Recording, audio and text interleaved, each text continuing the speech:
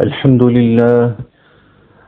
لله الذي جعل لعباده مواسم ينالون فيها رضاه وأياما يزدادون فيها قربا منه جل في علاه فيضاعف أجورهم ويجزل ثوابهم وأشهد أن لا إله إلا الله وحده لا شريك له وأشهد أن سيدنا ونبينا محمدا عبد الله ورسوله اللهم صل وسلم وبارك عليه وعلى آله وصحبه أجمعين ومن تبعهم بإحسان إلى يوم الدين.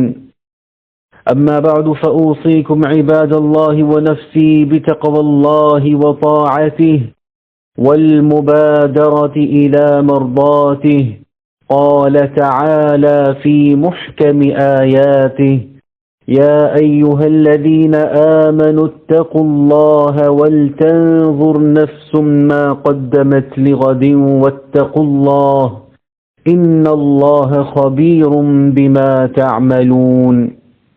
عزیزان گرامی، میرے مومن بھائیوں، ایک مسلمان کی زندگی کے سب سے عظیم اور پاکیزہ دن، سب سے اعلیٰ اور بلند مقام دن وہ ایام ہیں کہ جن کی آمد کے ساتھ ہی رب رحمان کی رحمتوں کی ہوائیں چلنے لگتی ہیں، اس کی عطائیں برسنے لگتی ہیں اور اس کی بخشش و عنایتوں کے دروازے کھل جاتے ہیں۔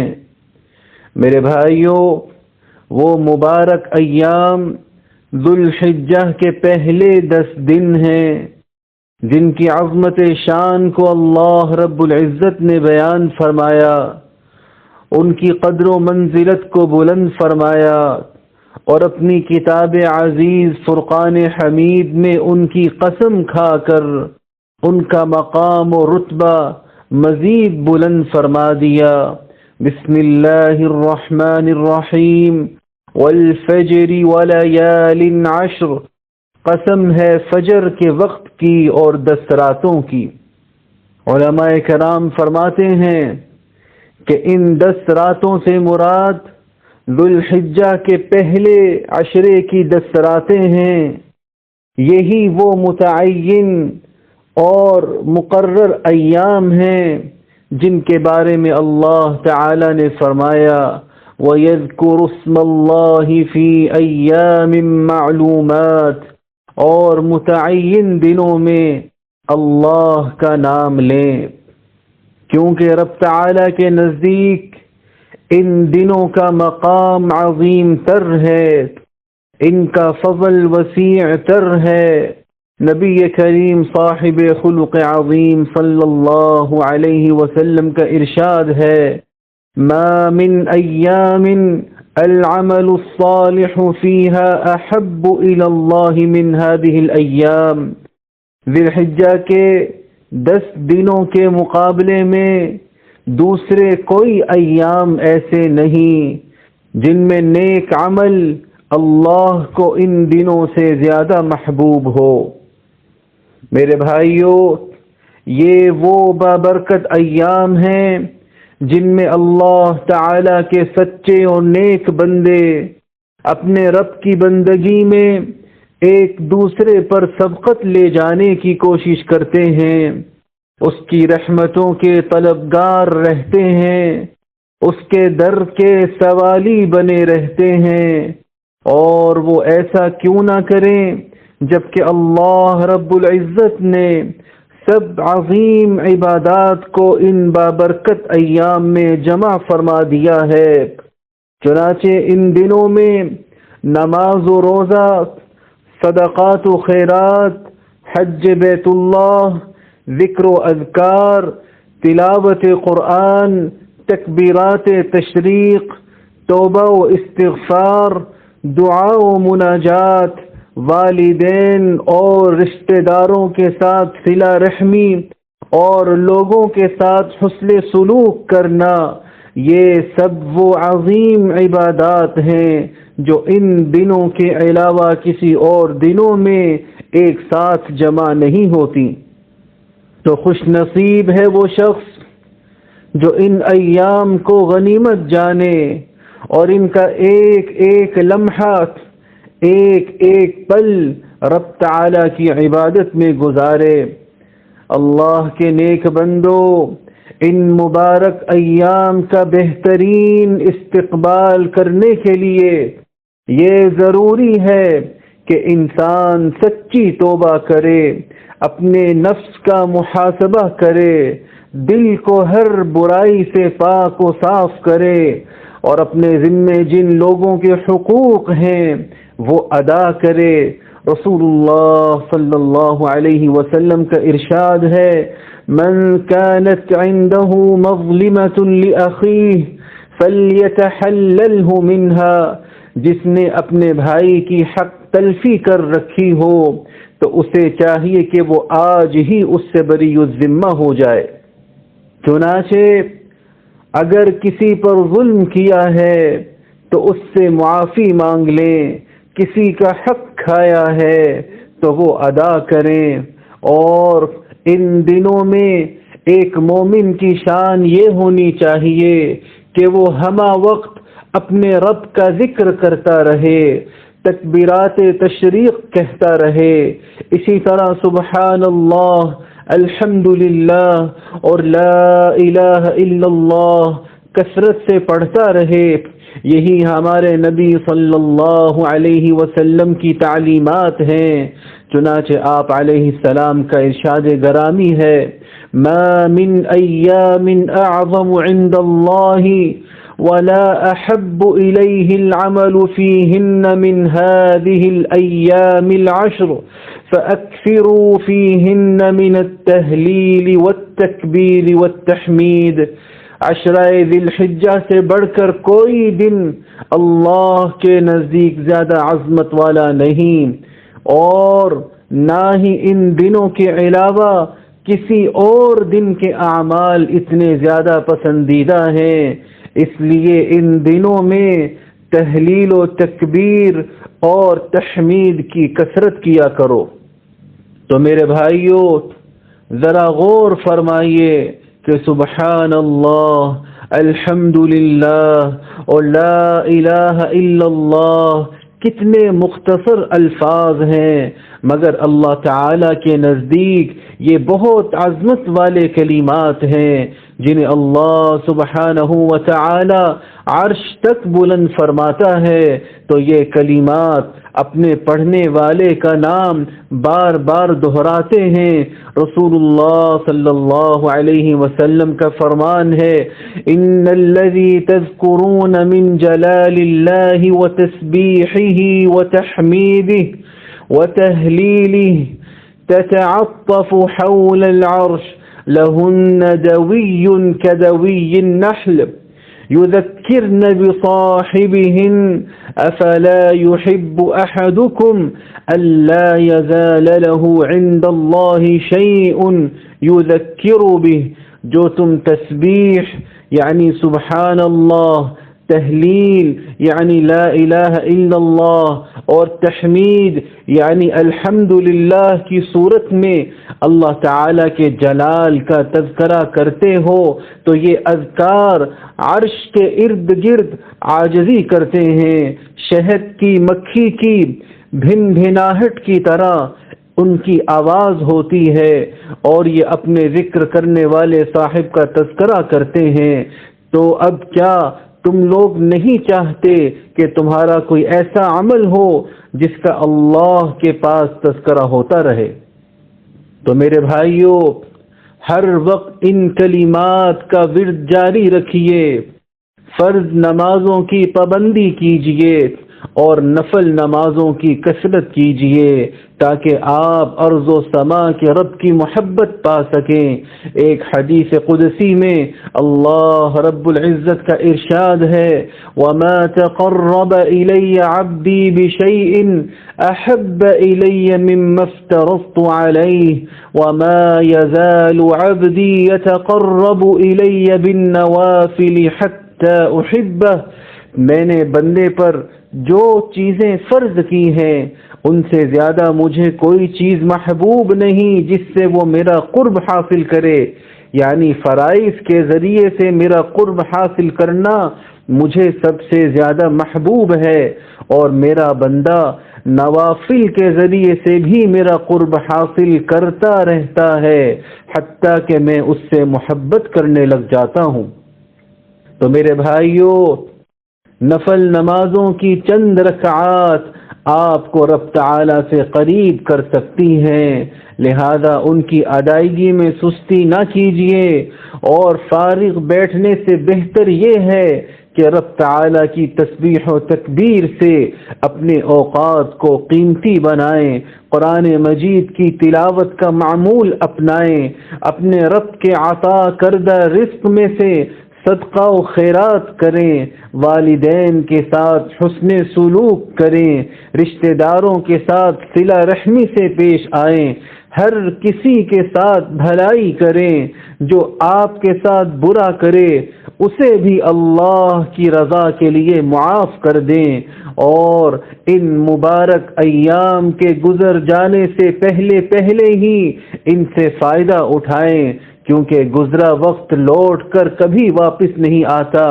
نہ ہی زندگی کے صبح و شام پلٹ کر آتے ہیں۔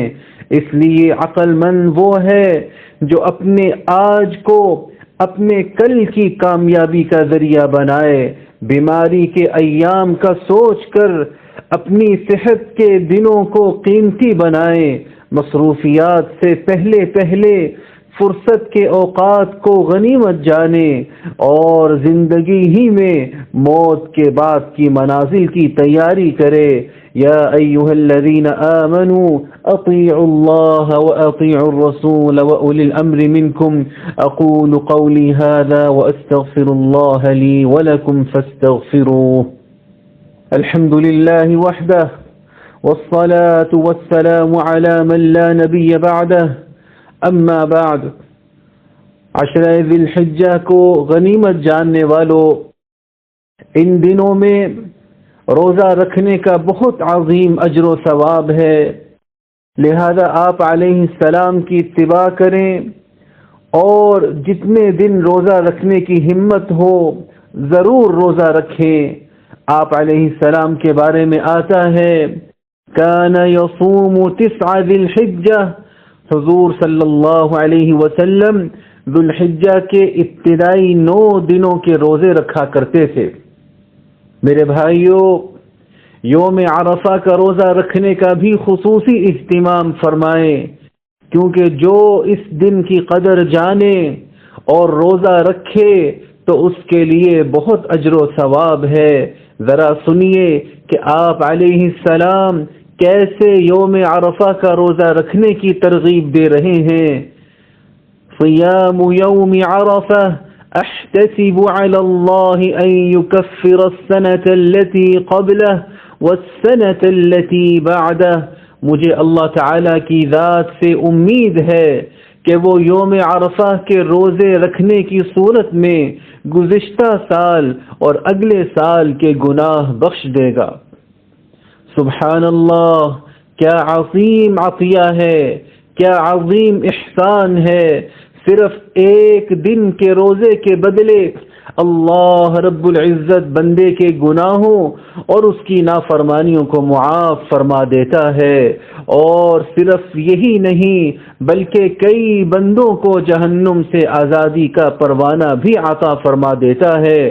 نبی مکرم رسول معظم صلی اللہ علیہ وسلم کا ارشاد ہے ما من یوم اکثر من ان یعتق اللہ فیہ عبدا من النار من یوم عرفہ، کوئی ایسا دن نہیں جس میں اللہ تعالی عرفہ کے دن سے بڑھ کر بندوں کو جہنم سے آزاد فرماتا ہو۔ لہذا میرے بھائیوں، عرفہ کے دن کا ایک ایک لمحہ دعائیں کرنے میں گزاریں تاکہ آپ اپنے رب کے بے پناہ اجر و ثواب کے مستحق بنیں۔ آپ علیہ السلام کا ارشاد ہے خیر الدعاء دعاء یوم عرفہ وخير ما قلت أنا والنبيون من قبلي لا إله إلا الله وحده لا شريك له له الملك وله الحمد وهو على كل شيء قدير.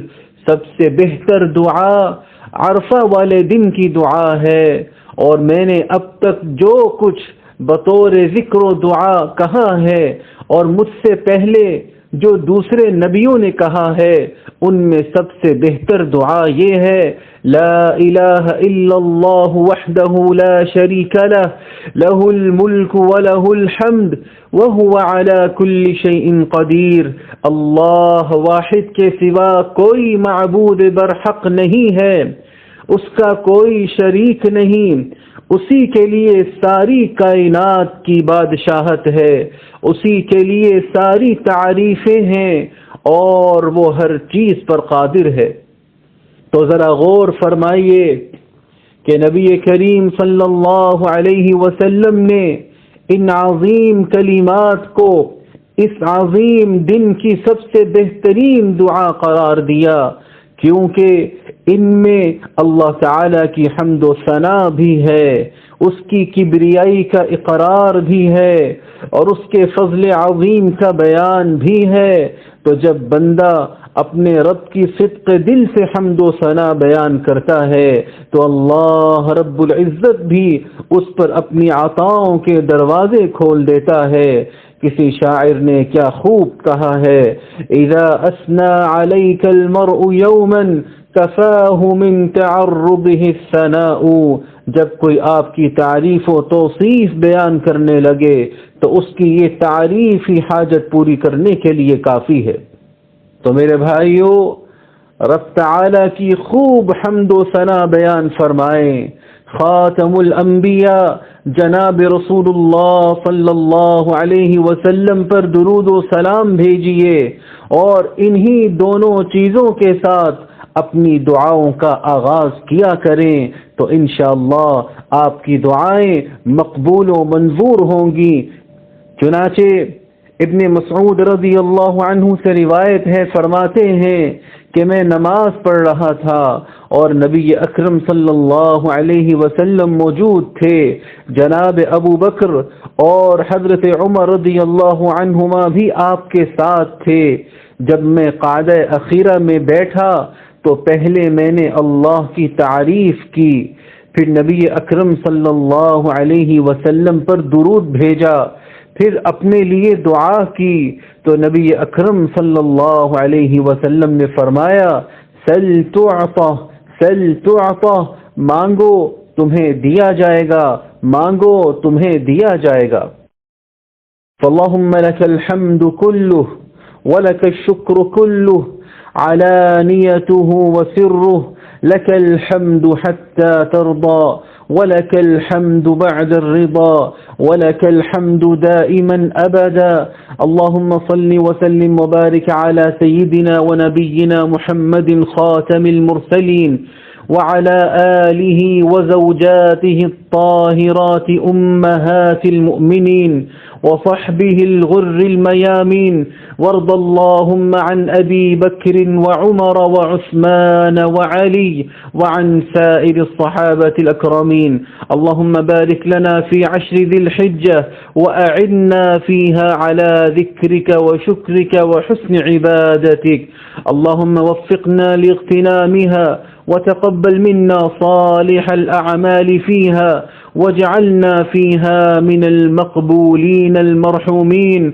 اللهم أعنا على صيام يوم عرفة واجعله كفارة لذنوبنا ورفعة لدرجاتنا وسببا لرضاك عنا. اللهم تقبل من حجاج بيتك حجهم ويسر لهم مناسكهم وردهم إلى أهليهم سالمين غانمين. اللهم احفظ دولة الإمارات من كل الجهات. اللهم إنا نستودعك قيادتها وأهلها ومن يعيش على أرضها. اللهم احفظ الشيخ محمد بن زايد رئيس الدولة بحفظك وكن له عونا وسندا وهاديا ومسددا وبارك في عمره وعمله. اللهم وفقه ونوابه وإخوانه حكام الإمارات وولي عهده الأمين لما تحبه وترضاه. اللهم ارحم الشيخ زايد والشيخ راشد وشيوخ الإمارات الذين انتقلوا إلى رحمتك، وأدخلهم بفضلك فسيح جناتك. اللهم اشمل شهداء الوطن بواسع رحمتك وارفع درجاتهم في جنتك. اللهم ارحم المسلمين والمسلمات الأحياء منهم والأموات. عباد الله، اذكروا الله العظيم الجليل يذكركم، واشكروه على نعمه يزدكم.